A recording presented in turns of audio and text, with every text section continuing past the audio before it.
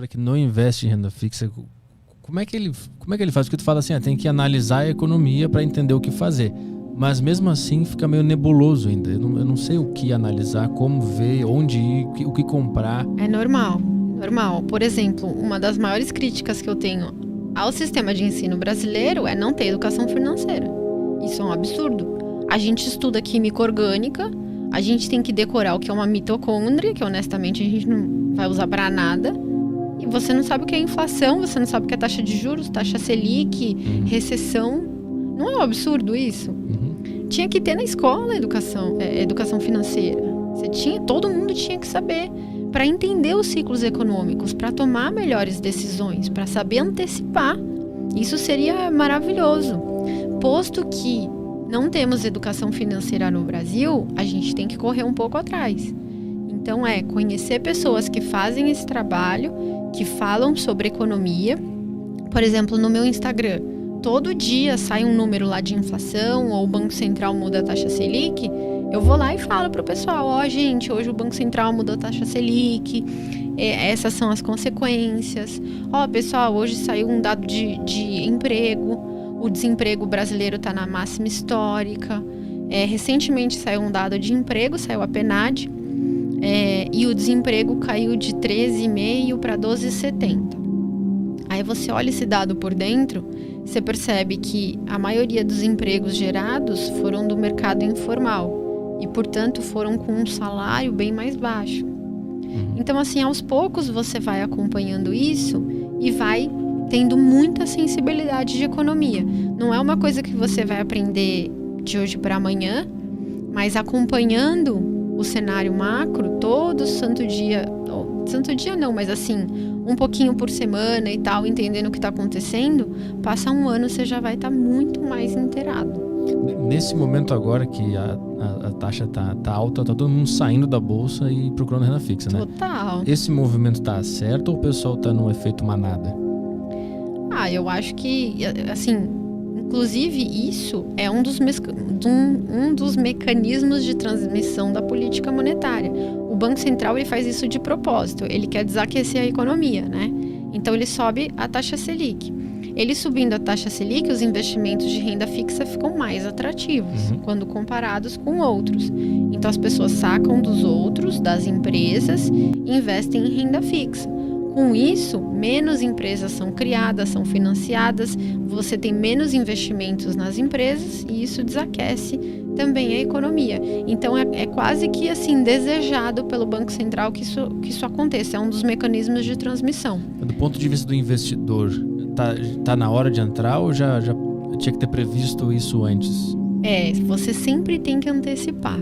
Se você não antecipar, depois que a bolsa caiu 30% e você querer vender as suas ações, você vai tomar um prejuízo muito grande.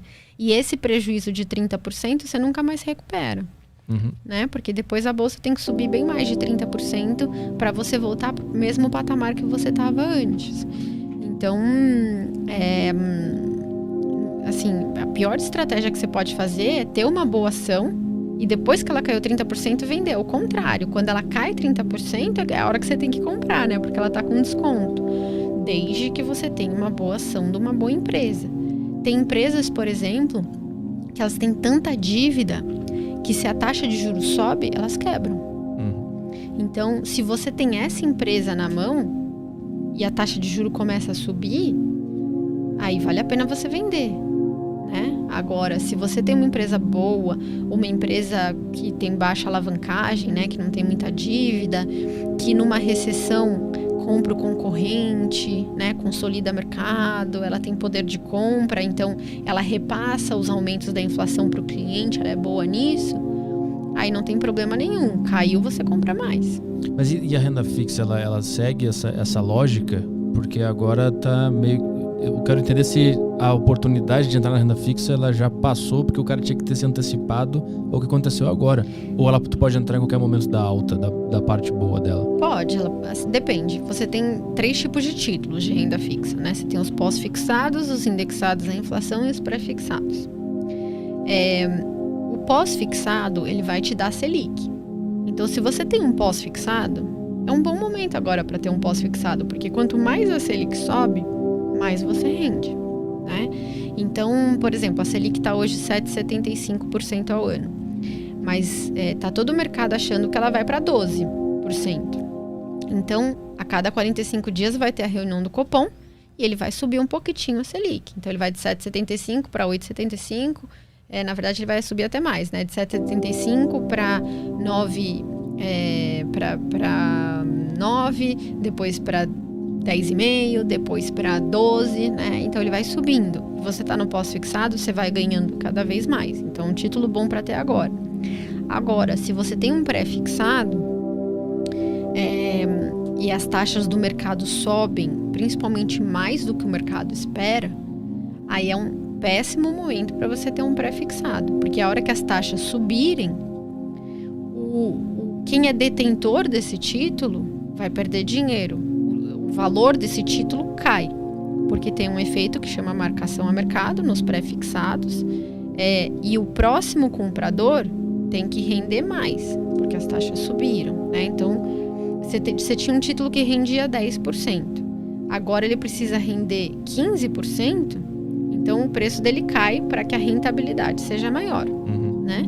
Então, se você tem um pré-fixado e as taxas sobem, é um momento ruim, você vai ter prejuízo. Então, se você digitar no Google Tesouro Direto, rentabilidade acumulada, você vai ver que os pré-fixados e os indexados à inflação estão com prejuízo esse ano.